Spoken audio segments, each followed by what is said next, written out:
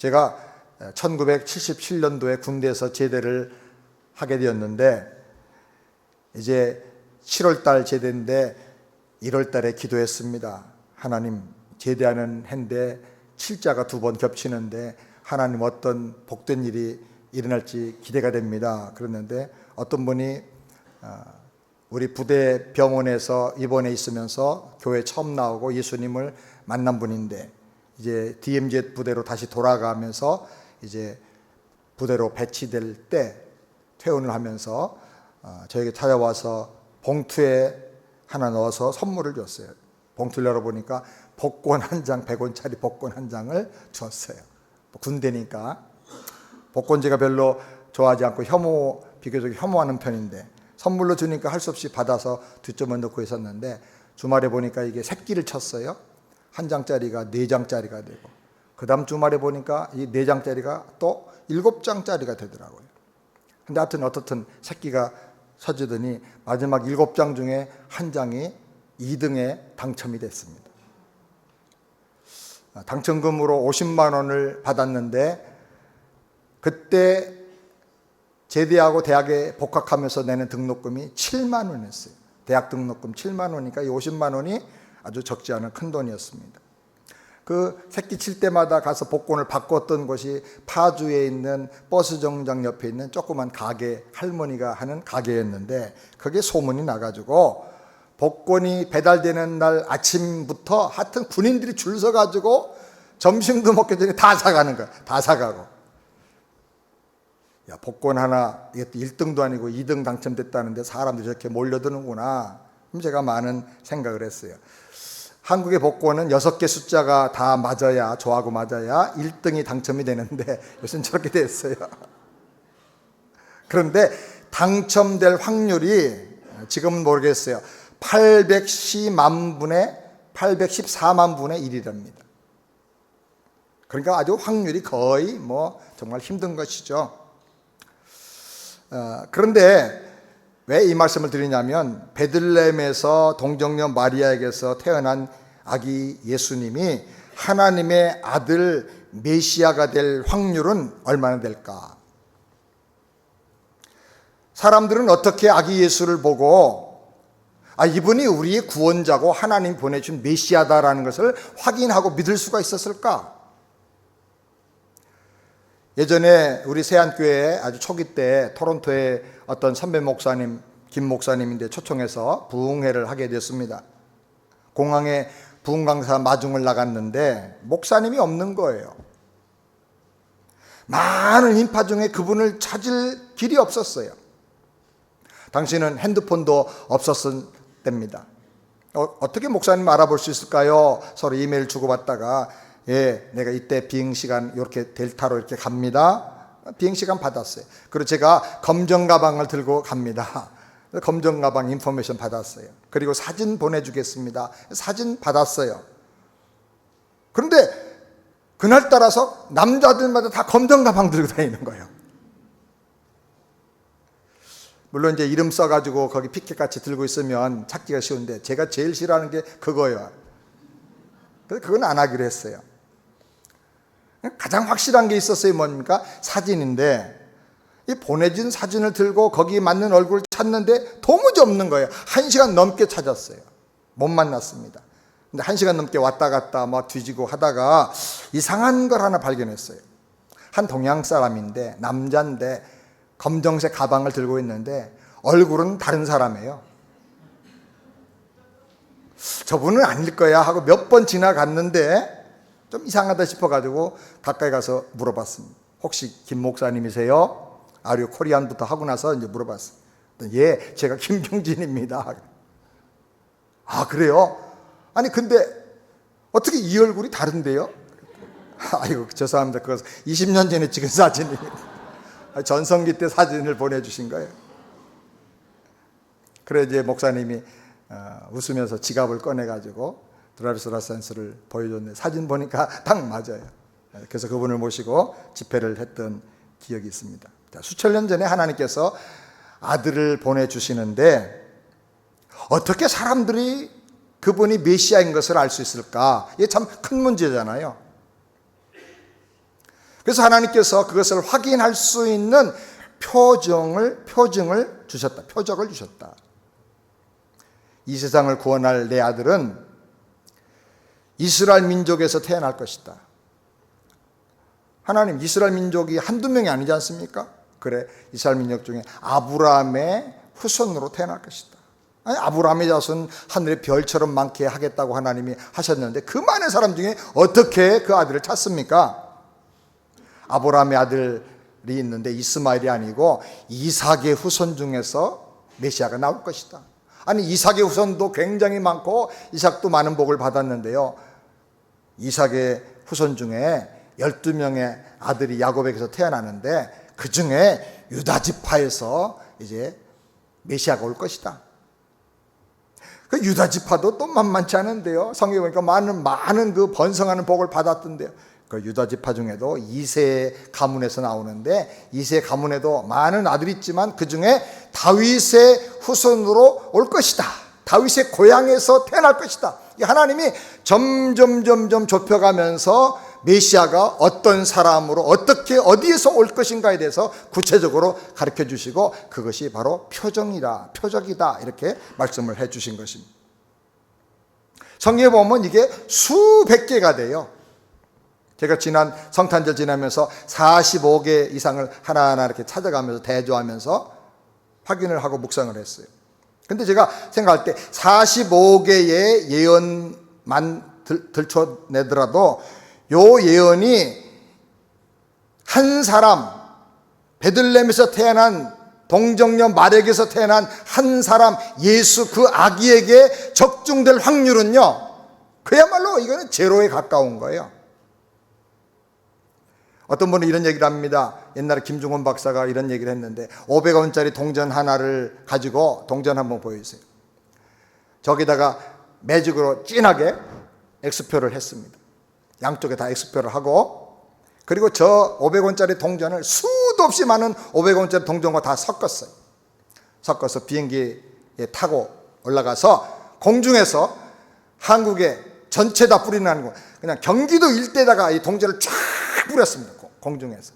그래가지고 한 60cm 정도 높이로 동전을 쫙 다 뿌렸어요. 동전이 깔려 있습니다. 그리고 비행기에서 내려가지고 파주에서부터 용인 정도까지 걸어갑니다. 눈을 감고 걸어가다가 어느 순간에 그냥 내 임의로 머리를 굽혀서 땅바닥에서 동전 하나를 딱 주웠어요. 그리고 안대를 풀고 딱 보니까 바로 그 X차한 동전이에요. 이렇게 될 확률은요, 그야말로 제로에 가까워요. 불가능한 거예요, 그 동전을 그렇게 찾는다는 것은. 그런데 메시아에 관한 예언이 수천 년 동안 수백 번 아주 어떤 건 너무나 디테일하게 이렇게 계속되어 왔는데, 아담 이후로 태어난 인류가 아마 수백억이 될 거예요. 수백억이 넘을 거예요. 그 수백억의 태어난 사람 중에, 그 남자 중에 이 예언에 해당되는 사람이 온다는 것은 이건 그야말로 기적인 것입니다. X표한 동전을 찾는 것보다 더 확률이 낮은, 그야말로 불가능한 제로에 해당되는 것입니다. 바로 예수님이 그 엄청난 놀라운 그 확률 속에서 바로 그 모든 예언을 다 이루고 성취하면서 유대 땅 베들레헴에서 2000년 전에 태어나신 것입니다. 아멘입니까? 우리가 믿는 예수님은 정말 소름 끼칠 만큼 어마어마한 의미를 가진 분이에요.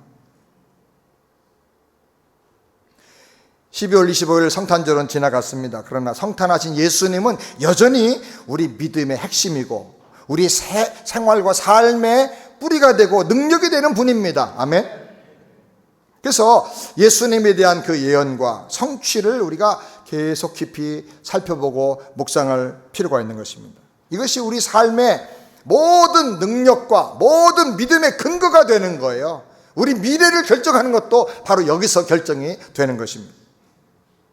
이 시간에 잠깐 몇 가지를 우리가 살펴보기를 원하는데, 먼저 메시아 예수님은 동정역에서 탄생할 거라고 말씀을 했어요. 이사야 7장 14절 다 같이 함께 읽겠습니다. 주께서 친히 징조를 너에게 주실 것이라. 보라, 처녀가 잉태하여 아들을 낳을 것이요. 이 예언이 그대로 성취가 되었어요. 그래서 마태복음 1장 22절에 이렇게 말씀을 합니다. 다 같이.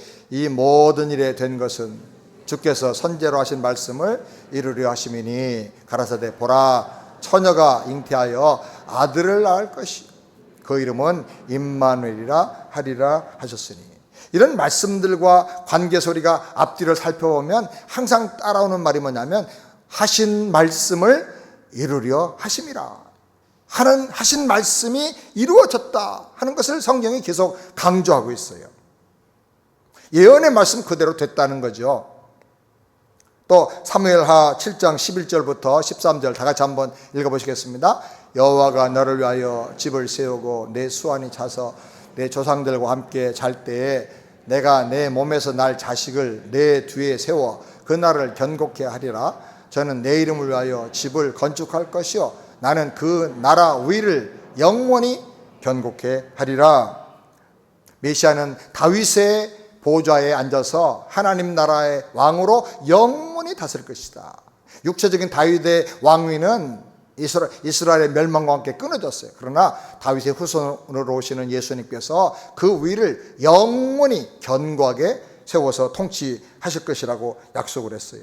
누가복음 1장 31절 다 같이 보겠습니다. 보라, 내가 수태하여 아들을 낳으리니 그 이름을 예수라 하라. 저가 큰 자가 되고 지극히 높으신 이의 아들이라 일컬을 것이요 주 하나님께서 그 조상 다윗의 위를 저에게 주시리라. 완전하고 정확하게 예수님에게서 이것이 성취가 된 것입니다. 동정녀의 몸에서 탄생하신 그 메시아가 다윗의 보호자에 앉아서 영원한 하나님의 나라 왕으로 다스리고 원수의 세력을 다 무찌르고 우리를 구원해 주신다는 거예요. 그래서 창세기부터 약속되어 있던 뱀의 머리를 밟게 하는 바로 그 여인의 후손으로 예수님께서 오신 것을 성경은 이렇게 분명하게 보여주고 있는 것입니다. 또 이사야 7장 14절 말씀 다 같이 보겠습니다. 주께서 친히 징조로 너에게 주실 것이라. 보라, 처녀가 잉태하여 아들을 낳을 것이요 그 이름을 임마누엘이라 하리라. 정말 너무나 놀라운 얘기죠. 어떻게 처녀가, 남자를 모르는 처녀가 잉태해서 아기를 갖습니까? 하나님의 기적인데 이런 일이 도대체 어떻게 가능하겠는가? 그런데 이 예언의 말씀이 그대로 성취가 됐다는 거예요. 마태복음 1장 23절 다 같이 함께 읽겠습니다. 선자로 하신 말씀을 이루려 하심이니 이르시되 보라, 처녀가 잉태하여 아들을 낳을 것이요 그의 이름은 임마누엘이라 하리라 하셨으니 이를 번역한즉 하나님이 우리와 함께 계시다 하미로라. 하나님을 본 사람이 아무도 없고 하나님을 만나는 사람이, 만날 수 있는 사람이 아무도 없는데, 그래서 하나님을 믿는다고 하면서 다 우상 숭배하고 있는데 보이지 않는 그 하나님이 동정녀의 몸을 빌려서 그 몸을 통해서 이 땅 위에 오셨다는 거예요. 그래서 그분이 바로 우리와 영원히 함께 하기를 원하시는 하나님이라는 거예요. 임마누엘 하나님이라는 거예요.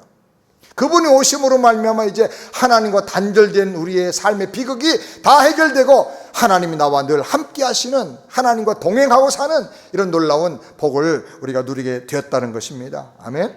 그리고 선구자가 그의 앞길을 예비할 것이라고 성경이 예언을 합니다. 말라기 3장 1절 다 같이 함께 읽겠습니다. 만군의 여호와가 이르노라. 보라, 내가 내 사자를 보내리니 그가 내 앞에서 길을 예비할 것이요. 이 예언이 어떻게 이루어졌습니까? 누가복음 1장 76절을 다 같이 함께 보겠습니다. 이아이여, 내가 지극히 높으신 이의 선제라 일컬음을 받고 주 앞에 앞서가서 그 길을 예비하여 주의 백성에게 그 죄사함으로 말미암는 구원을 알게 하리니. 하나님께서 세례 요한을 먼저 예수님보다 앞서 보내셔서 만왕의 왕으로 오신 그 예수님의 그 앞길을, 또 온 인류의 구원자 되신 그 예수님의 그 구원의 길을 미리 준비하게 해줬다는 거예요. 너무 중요한 일이기 때문에. 뿐만이 아닙니다. 박사들이 와서 경비하고 예물을 드릴 것을 또 예언을 했습니다. 시편 72편 10절 다 같이 함께 읽겠습니다. 다시스와 섬의 왕들이 공세를 바치며 스바와 시바 왕들이 예물을 드리로다. 만왕이 그 앞에 부복하며 열방이 섬기로다. 이 예언도 너무나 정확하게 성취가 되었어요. 마태복음 2장 1절 2절 다 같이 읽겠습니다. 헤로드 왕 때에 예수께서 유대 베들레헴에서 나심에 동방으로부터 박사들이 예루살렘에 이르러 말하되 유대인의 왕으로 나신 이가 어디 계시뇨? 우리가 동방에서 그의 별을 보고 경배하러 왔노라. 예수님께 동방 박사들이, 다른 나라에서 귀인들이 와가지고 경배하고 예물을 드리는 사건이 일어날 것이라고 성경이 말씀을 했는데 그대로 이루어진 거예요. 이것은 정말로 역사를 알고 정치를 아는 사람이라면 이건 정말 놀라운 일이에요. 왜냐하면 한 나라의 왕의 제목에 태어나면 그 전에 있던 왕이 그 왕자가 될 사람을 죽여요. 없애요. 왕자의 제목이 된다 그러면, 또 그 왕의 아들 중에 그런 사람이 태어난다 그러면 신하들이나 백성들 중에 유명한 사람들이 가서 경배하지, 다른 나라에서 와가지고 경배하지를 않아요. 왜냐하면 이 나라의 왕이, 위대한 왕이 나오면 이 나라는 잘못하면 망할 수가 있기 때문에 다른 나라에서 축할 수가 없는 거예요. 그런데 이런 놀라운 예언이 성경에 기록이 되었고, 그 예언의 말씀 그대로 동방에서부터 저 중동 지역의 곳곳에서부터 박사들이 와서 메시아 예수님께 경배를 했다고 성경이 말하고 있는 것입니다. 또 호세아 11장 1절도 다 같이 함께 보겠습니다. 이스라엘 어렸을 때 내가 사랑하여 내 아들을 애굽에서 불러내었거늘. 메시아를 애굽에서 불러내었다고 그랬어요. 도대체 이게 무슨 일인가? 마태복음 2장 15절 다 같이 함께 읽어보겠습니다. 헤롯이 죽기까지 거기 있었으니 이는 주께서 선제로 말씀하신 바 애굽에서 내 아들을 불렀다 함을 이루려 하심이라. 구약에서는 구원을 상징적으로 설명하기를 애굽에서 종생활, 노예생활하던 사람들을 해방해서 광야를 거쳐서 가나안 땅, 약속의 땅으로 들어가게 하는 것을 하나의 구원의 드라마처럼 보여주셨는데, 그 구약의 구원의 드라마 같은 사건이 신약에도 일어난다. 그래서 애굽에서부터 이거 시작되게 하는 거예요. 그래서 예수님이 태어났을 때 헤롯으로 말미암아 예수님의 온 가족이 그 이제 박해와 죽임을, 살육을 피해서 애굽으로 내려가는 거예요. 동방 박사들이 갖다 준 그 예물을 여비 삼아서 애굽으로 내려가서 헤롯이 죽기 전까지 거기 있다가 하나님이 다시 메시아 예수님의 패밀리를 다시 불러요. 근데 그 사건이 마침 구약의 출애굽 사건과 똑같은 그런 상징성을 갖게 되는 거예요. 성경은 이렇게 오묘하게 예언과 약속이 그대로 이루어지고 있다는 것입니다. 그리고 고향에서는 아기들이 대량으로 살해당할 것을 성경이 예언을 하고 있습니다. 에레미야 31장 15절 다시 읽겠습니다. 나 여호와가 이같이 말하노라. 라마에서 슬퍼하며 통곡하는 소리가 들리리.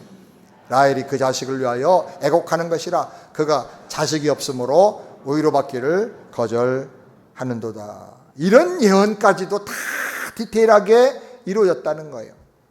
대충 예수님 오신 게 아니고 아주 그때의 정황과 연도와 왕과 정치적인 상황과 모든 걸 다 성경이 예언을 하고 있는데, 그런 예언까지도 다 맞아서 한 분 메시아 예수님에게 딱 적용이 되고 성취가 됐다는 거예요.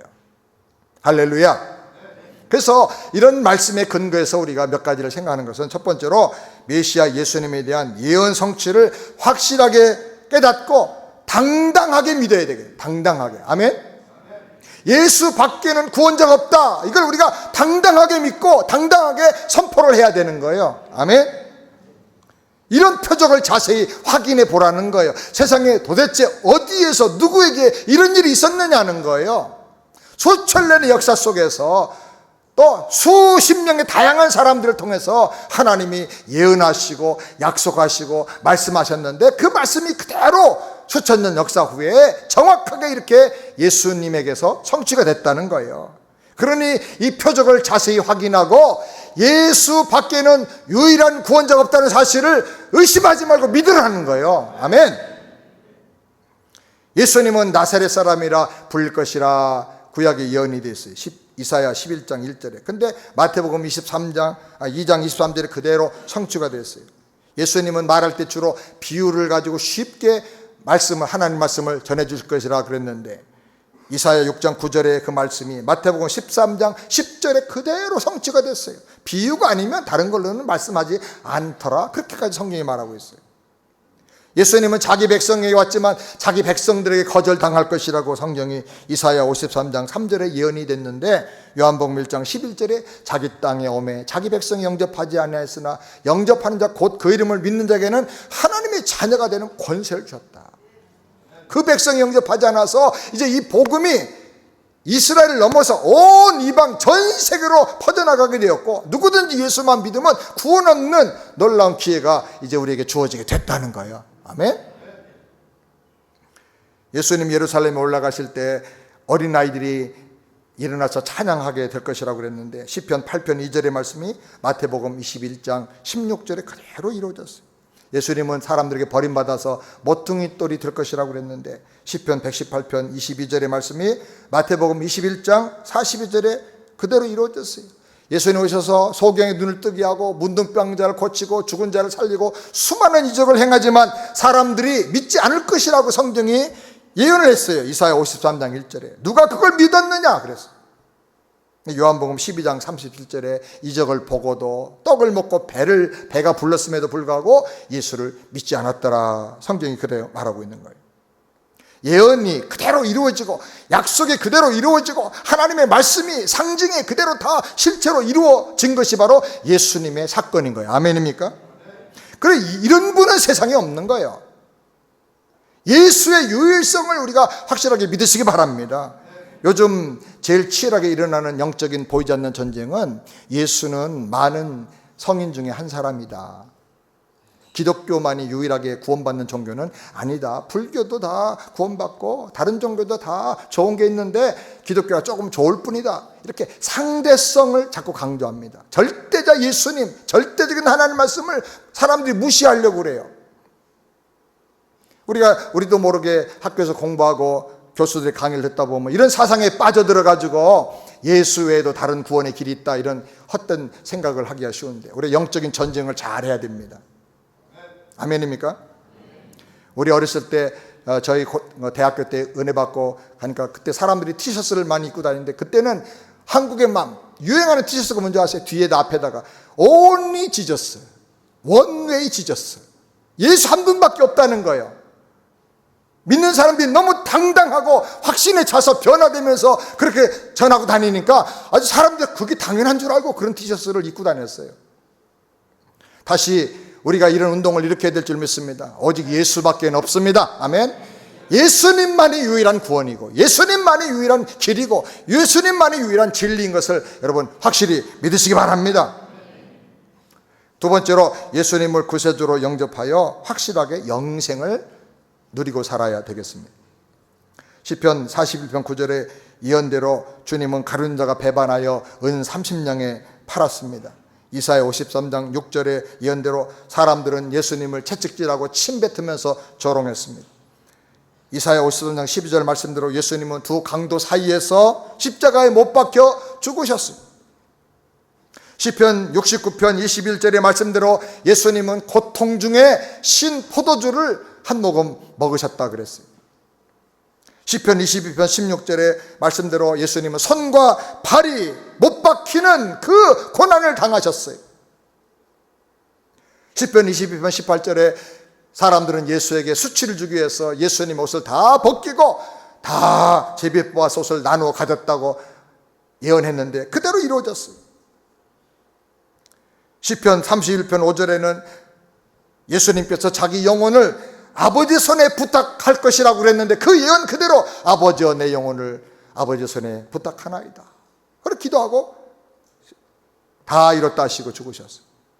시편 34편 20절에 보니까 기름 부음 받은 자의 뼈를 꺾지 않게 하시겠다 그랬는데 예수님은 미리 죽으셨기 때문에 그 우리 죄짐을 지고 십자가의 죽음이 너무나 처참하고 그래서 이미 죽으셨기 때문에 안식일 전에 그 곤봉이나 쇠망치로 뼈를 부러뜨려서 억지로 죽이는데 그 뼈를 부러뜨리지 않아도 됐다고 성경이 말하고 있는 거예요.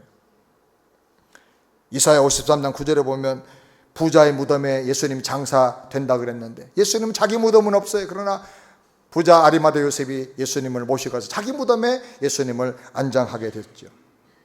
시편 16편 10절에 보면 예수님께서는 사망 가운데 죽음 가운데 내버려 둠을 당하는 게 아니라 다시 부활하신다 그랬어요. 그 말씀 그대로 부활하셨어요. 아멘입니까? 시편 24편 7절부터 10절에 그 메시아는 성천할 것이라고 그랬는데 예수님께서는 500여 명이 보이는 그 보는 자리에서 감람산에서 하늘로 들려 올라가셨다고 성경이 말씀하고 있어요. 말씀대로 정확하게 예수님을 여러분 확실히 믿으시기 바랍니다. 그런데 우리가 중요한 것은 예수님을 성경을 통해서 알고 메시아로 인정하는 것도 중요한데 더 중요한 것은 예수님을 나의 구원자로 믿어야 돼요.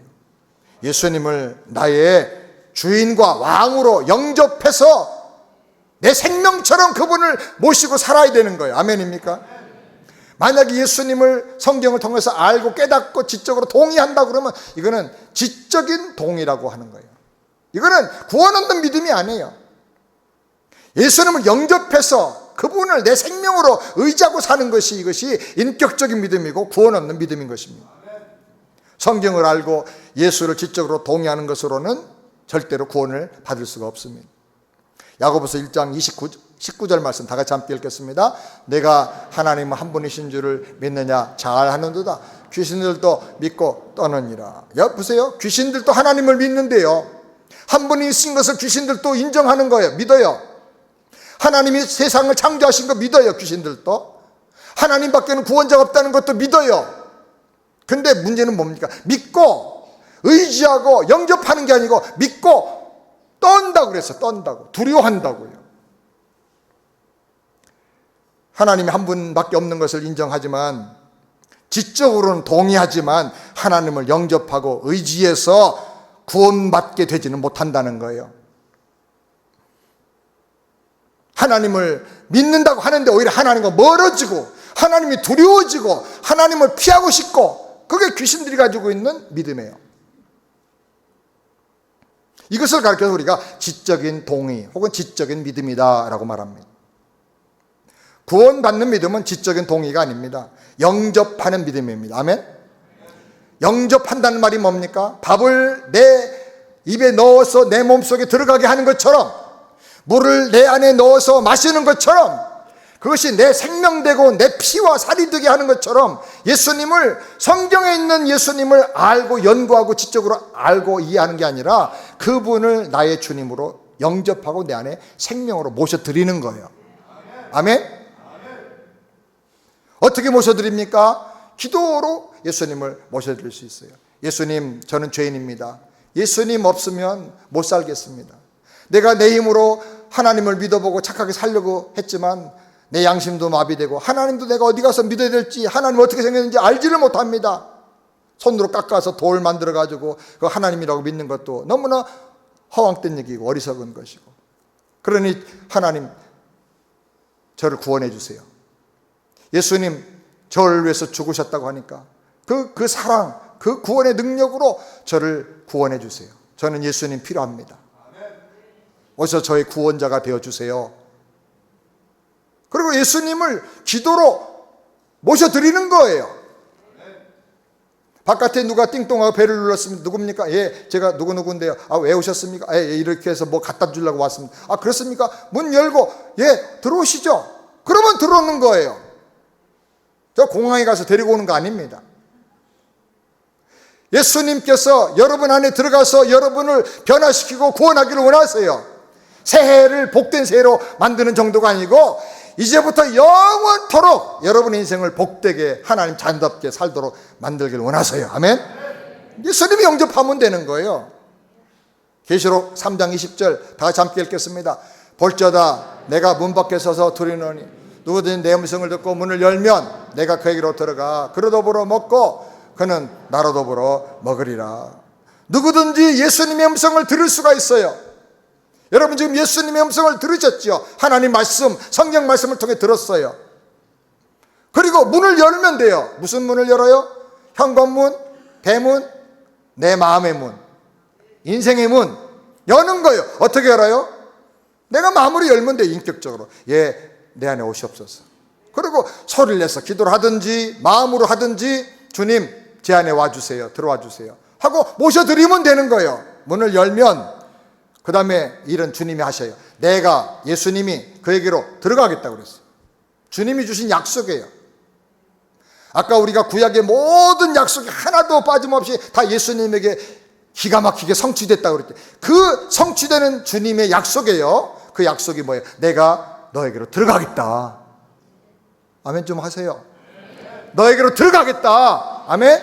들어가서 너는 나로 더불어 먹고 너는 내 구원의 능력, 하나님 되심의 풍성한 그 능력으로 네가 이제 앞으로 먹고 살 거야. 너 인생 달라질 거야. 그리고 나도 너로 말미암아 먹고 살 거야. 나는 너를 축복해서 너를 사용해서 너를 위대한 사람으로 일하게 해서 너를 통해서 영광을 받고 내 뜻을 이룰 거야. 아멘. 예수님과 내가 완전히 한 운명, 한 생명이 되는 거예요. 예수님 음성을 듣고 마음의 문을 열어야 돼요. 교회만 왔다 그랬다 하지 말고 마음의 문을 열고 예수님을 내 안에 모셔드려야 해요. 아멘. 그러면 변화가 일어납니다. 아, 예수님 내 안에 오셨구나. 예수님 때문에 이상하게 일이 잘 되고 이상하게 기쁨이 생기고 참 이상한 일이 일어나네. 하나님이 하시는 일이구나. 그게 이제 느껴지기 시작하는 거예요. 아멘. 먼저는 예수님 때문에 먹고 사는, 예수님으로 더불어 사는 그런 놀라운 변화가 내 안에 일어나요. 그 다음에는 내가 이제 깨닫고 헌신해서 주님께 나를 드리고 순종함으로 주님이 나로 인하여 사는, 영광 받으시는 그런 인생이 또 시작이 되는 거예요. 2019년 한 해 보내고 2020년 한 해를 아무리가 잘 보내고 새해를 맞이하고 싶어도 예수 영접하고 구원받지 못하면 다 꽝이에요. 아, 무슨 의미가 있겠어요 그게 도대체. 예수님 영접하고 이 한 해 넘어가기 전에 우리 새안교회 성도들은 다 구원받고 예수님으로 더불어 살고 그 기쁨을 누리고 승리하며 살게 되기를 주님의 이름으로 축원합니다. 세 번째로 예수님이 세상을 심판하실 종말을 준비하면서 살아야 됩니다. 히브리서 9장 26절부터 28절 중요한 말씀입니다. 다 같이 읽겠습니다. 이제 자기를 단번에 제사로 드려 죄를 없게 하시려고 세상 끝에 나타나셨느니라. 한 번 죽는 것은 사람에게 정하신 것이요 그 후에는 심판이 있으리니 이와 같이 그리스도 많은 사람의 죄를 담당하시려고 단번에 들이심 받으셨고 구원에 이르게 하기 위하여 죄와 상관없이 자기를 바란 자들에게 두 번째 나타나시리라. 그 앞에 페이지로 한번 더 넘겨주세요. 예. 여기 보면 이제 자기를 단번에 제사로 드려. 자기는 예수님이죠. 예수님이 한 번에 완전한 구원을 끝장내서 해결하려고 여러 번 자주 반복하는 게 아니고 한 번에 완성시키기 위해서 어떻게? 제사로 드려서 자기를 희생제물로 삼아가지고 제사를 드리니 어디서 드렸죠? 십자가에서 제물로 드려가지고 뭘 하려고? 죄를 완전히 없애버리려고, 이 죄와 저주를 완전히 해결해 주시려고 주님께서 단번에 하려고 나타나신 게 언제예요? 세상 끝에 나타나셨느니라. 세상 끝이란 말은 다른 말로 종말이라 그래요. 종말, 마지막 날. 그 세상 끝에 나타나셔서 2000년 전에 예수님이 성탄하신 것이 그때부터가 세상 끝이에요. 종말이에요. 그때부터 종말이 시작이 된 거예요. 이제 말세가 시작이 된 겁니다. 종말의 말이 뭐냐? 구원의 방법이 이제 더 이상 없다. 구원의 기회가 이제 마지막 기회다.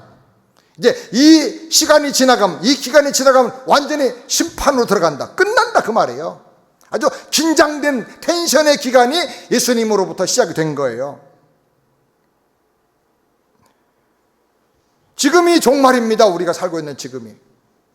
종말은 크게 두 가지 형태로 다가오는데, 하나는 예수님이 재림하셔서 세상을 심판하심으로 나타납니다. 역사적인 종말이라 그럽니다. 그날을 우리가 알 수 없습니다. 그러나 이 세상은 종말을 향해서 가고 있어요. 종말이 다가오는지 세상이 그리로 가고 있는지는 잘 모르겠어요. 그러나 종말은 점점 가까이 오고 있어요. 이 역사적인 종말을 피할 수가 없어요. 지금 학자들이나 보통 사람들 다 얘기합니다. 생태학적으로 지금 종말이에요. 남극 북극의 빙하가 다 녹았어요. 반 이상 녹았어요. 옛날에 사진과 비교해 보면. 이제 다 녹으면 해수면이 지금보다도 1m 이상 높아진답니다. 플로리다의 대부분의 집들은 다 잠길 겁니다. 그 부자들 팜 비치인가 이런 데 있는 그 엄청난 저택들 다 물에 잠깁니다. 잠수 탑니다. 뉴욕의 맨하탄이 반 이상 잠깁니다. 그리고 바다가 더 넓어지면서 전체 기온이 올라가고 아주 생태학적으로 이 지구에 엄청난 변화가 일어납니다. 학자들이 말합니다. 그거는 얼마 안 남았다고. 윤리적으로 지금 심각합니다. 말세라고 다 말합니다. 농사 짓는 분들도 말합니다. 요즘은 범죄가 옛날엔 흉악범들이었는데 이제는 보통 일반화되어 있고요. 그게 이제 점점 이제 연령을 낮춰가지고 지금은 초등학생들도 아주 성적인 범죄도 하고 성폭력을 하고 조폭이 되고 난리가 납니다. 옛날에는 고딩이 무서웠다. 우리 때는 고딩이 무서워가지고 함부로 어른들이 고등학생들한테 말을 못했어요. 침 탁탁 뱉고 껌 씹고 그러면 다들 눈치 보고 그랬어요. 그런데 얼마 전에는 북한의 김정은이 한국의 중딩들이 무서워가지고 못 내려온다고 그런 유머가 있을 정도로 중학생들이 무서웠어요. 지금은요 초딩들이 무서워.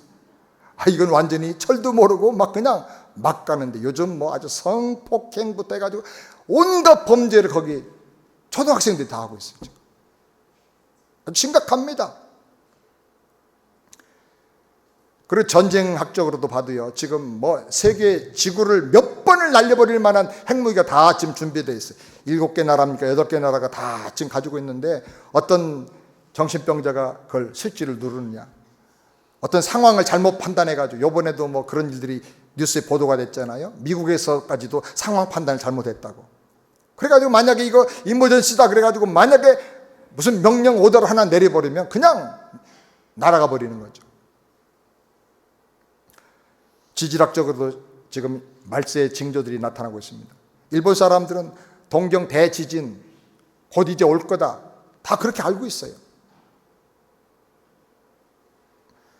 또 한국에서도 지금 백두산에서 한번 화산 폭발이 있을 것이다 라고 그래가지고 중국의 많은 학자들과 또 각국의 학자들이 거기 가서 지금 탐지기를 설치해 놓고 계속 주시하고 있다고 그러죠. 미국도 옐로스톤에서 한번 폭발하면 미국 다 날아가 버린대요. 3분의 1 정도가 다 화산재 덮이고 마비가 돼버리고 미국 전체가 다 아주 그냥 큰 어려움 가운데 빠지게 된다는 거죠. 그런데 지금 막 이 대륙판들이 움직이고 있잖아요. 성경에 예언한 그 징조들이 하나하나 이루어져 가면서 이 역사적인 대환란과 종말의 때는 정말 점점 심각하게 다가오고 있습니다. 그리고 또 하나는 우리 죽음을 통해서 우리가 하나님 심판대 앞에 가는 개인적 종말이 우리에게 있는 것입니다. 이 종말을 아무도 피할 수가 없습니다. 밥 한 그릇 먹으면 건강하게 산다고 생각했는데 밥 한 그릇 먹을수록 점점 우리는 죽어가는 거예요. 종말을 향해서 가는 거예요. 2019년 한 해가 지금 저물어 가고 있는데요. 그만큼 우리가 종말로 가고 있는 거예요.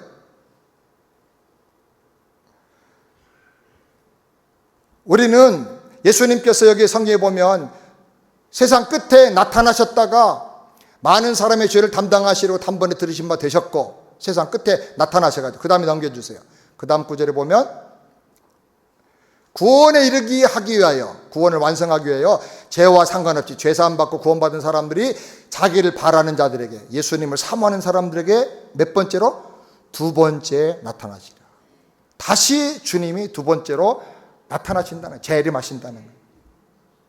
지금 우리는 이 사이에 살고 있어요. 오셔서 모든 죄를 단번에 다 해결하고 구원을 이루신 이 종말의 시작, 첫 번째 강림 때부터 마지막 재림하셔서 구원을 완성하시고 심판하시는 요 사이에 우리가 살고 있는 거예요. 그러니까 우리는 종말의 기간에 살고 있는데 그런데 어떤 존재로 살고 있느냐? 한 번 죽는 것은 정하신 것이고 그 외에는 심판이 있다는 이 벗을 수 없는 이 숙명의 이 열차의 단체로 가고 있는 거예요. 지금 한 번은 다 죽어야 돼. 그러니까 내가 죽어서 예수님 앞에 가든지 아니면 역사적인 종말이 내 앞에 오든지 우리 생애의 둘 중에 하나는 반드시 일어나게 되어 있어요. 예수님이 이 땅에 오셔서 모든 죄를 사하시고 우리를 구원하실 것이라고 하는 구약의 모든 예언이 수백 개의 예언이 다 이루어졌어요. 연대까지 정확하게 다 이루어졌어요. 그럼 이제 남아있는 예언이 뭡니까? 내가 다시 두 번째 심판하기 위해서 다시 오리라, 재림하리라 한 약속이 남아있어요. 지금 이 약속을 향해서 개인이 달려가고 있고 역사가 그쪽으로 가고 있는 거예요 지금. 그리고 그것을 가장 느끼는 순간이 언제입니까? 한 해가 저물어 가잖아요. 2019년 한 해가 저물어 가요. 2020년 한 해. 그만큼 우리는 이 종말론적인 삶을 사는 거예요. 그래서 우리가 어떻게 살아야 될 것인가? 예? 종말론적인 믿음을 가지고 우리가 살아야 될 줄 믿습니다. 구약의 성도들은 마라나타라고 인사해야 돼요. 마라나타. 주 예수님 어서 오십시오. 예수님 어서 오십시오. 한번 할까요? 마라나타. 발음 잘했어요. 마리아타가 아니고 마라나타. 마라나타. 요한계시록 마지막에 보면 아멘 주 예수여 오시옵소서. 저 준비하고 살겠습니다. 주님 언제든지 주님 맞이할 수 있는 그런 자세를 갖고 제가 살겠습니다. 그게 우리 성도의 삶의 자세인 거예요. 아멘. 주님 앞에 설 수 있는 준비 중에 제일 중요한 것이 예수 믿고 확실하게 영생 얻었는가. 그거 확인이 안 되면 정말 곤란한 거예요. 그리고 예수 믿고 영생 얻은 다음에 성령에 의지해서 순종하는 삶을 살고 예수 닮아가고 있는가. 말이 변화되고 생각이 변화되고 삶이 행동이 점점 인격이 변화되고 있는가. 그리고 내가 가지고 있는 시간과 이 물질과 또 내가 가지고 있는 몸과 재능을 들여서 하나님 나라 일을 하고 있는가? 도와줄 사람들에게 도와주고 있는가? 물질 쌓아놓기만 하고 있는가? 가난한 사람, 어려운 사람들 우리 주변에 좀 손을 베풀고 나눠야 될 텐데 그렇게 나누는 삶을 살면서 하나님 나라의 보화를 쌓고 있는가? 이 땅에 좀 먹고 도둑이 들끓은 이 세상에만 그냥 쌓아두고 있는가? 이런 생각과 이런 점검 없이 한 해를 보내고 한 해를 또 맞이하면 그건 무슨 의미가 있겠습니까? 돼지를 옛날에 잡아서 도살장으로 끌고 가려고 하면 안 오니까 발버둥 치니까 돼지가 좋아하는 열매를 하나씩 이렇게 떨어뜨려 줍니다. 그럼 그거 먹고 그거 먹는 재미로 따라가다 보면 도살장에 가는 거예요. 그리고 묶여서 꽥! 아무 생각 없이 내가 어디로 갈 것인가도 정하지 않고 산다고 하면 우리가 그런 미련한 돼지같이 되고 말 것이에요. 종말론적인 삶을 살기를 바랍니다. 마지막으로 예수님이 선물로 주시는 성령의 기름 부음을 받고 살아야 됩니다. 사도행전 2장 33절 다 같이 읽겠습니다. 하나님이 오른손으로 예수를 높이심에 그가 약속하신 성령을 아버지께 받아서 너희 보고 듣는 이것을 부어주셨느니라. 예수님 우리가 세상을 살면서 죄와 싸우고 악한 마귀와 싸워 이겨야 되기 때문에 이길 수 있도록 가장 강력한 선물을 줬는데 그게 뭡니까? 성령을 주셨어요. 성령 하나님 우리 안에 주셨어요. 성령이 임하시면 권능을 받을 것이라. 권능이란 말은 헬라어로 두나미스라고 하는데 두나미스란 말에서 다이나마이트란 말이 나왔어요. 폭발력, 엄청난 파괴력을 말하는 거예요. 성령이 내게 임하시면 권능이 생겨, 기도의 능력이 생겨, 믿음의 능력이 생겨, 내 삶의 능력이 생겨. 아멘?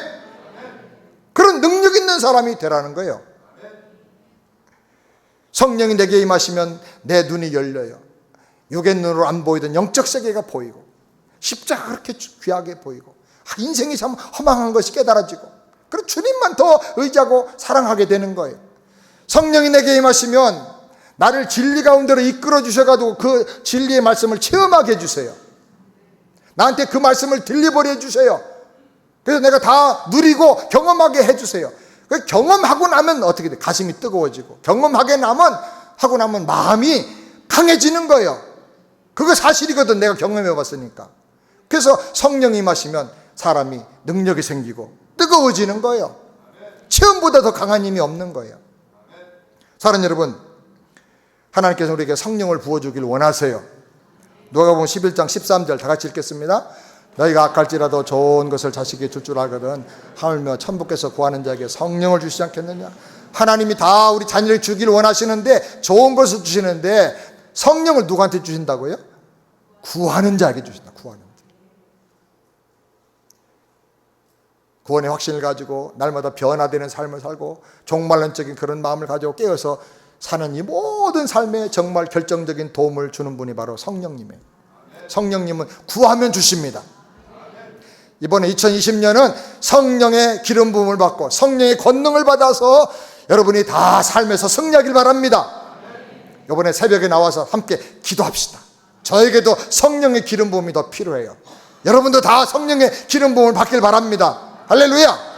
기도하겠습니다. 가슴에 손 얹고 기도합니다. 하나님 아버지 감사합니다. 이렇게 오묘하고 신비한 언약의 성취로 예수님 오셨는데 예수님 믿되 아주 확실하게 내 인생을 다 걸고 목숨 걸고 예수 믿게 하여 주시옵소서. 예수님 영접하고 정말 내 안에 계신 예수님을 날마다 경험하면서 구원의 확신과 기쁨을 가지고 살게 하여 주시옵시고, 예수님 다시 오실 것을 기대하면서 종말론적인 믿음을 가지고 깨어 살게 하여 주시옵소서. 성령의 기름을 부으셔서 이 모든 말씀을 내가 체험하고 누리고 살게 하시고 권능 있는 승리의 삶을 살도록 우리를 축복하여 주시옵소서. 예수님의 이름으로 축복하며 기도하옵나이다. 아멘. 준비하신 헌금 하나 배에 동선거 드리겠습니다.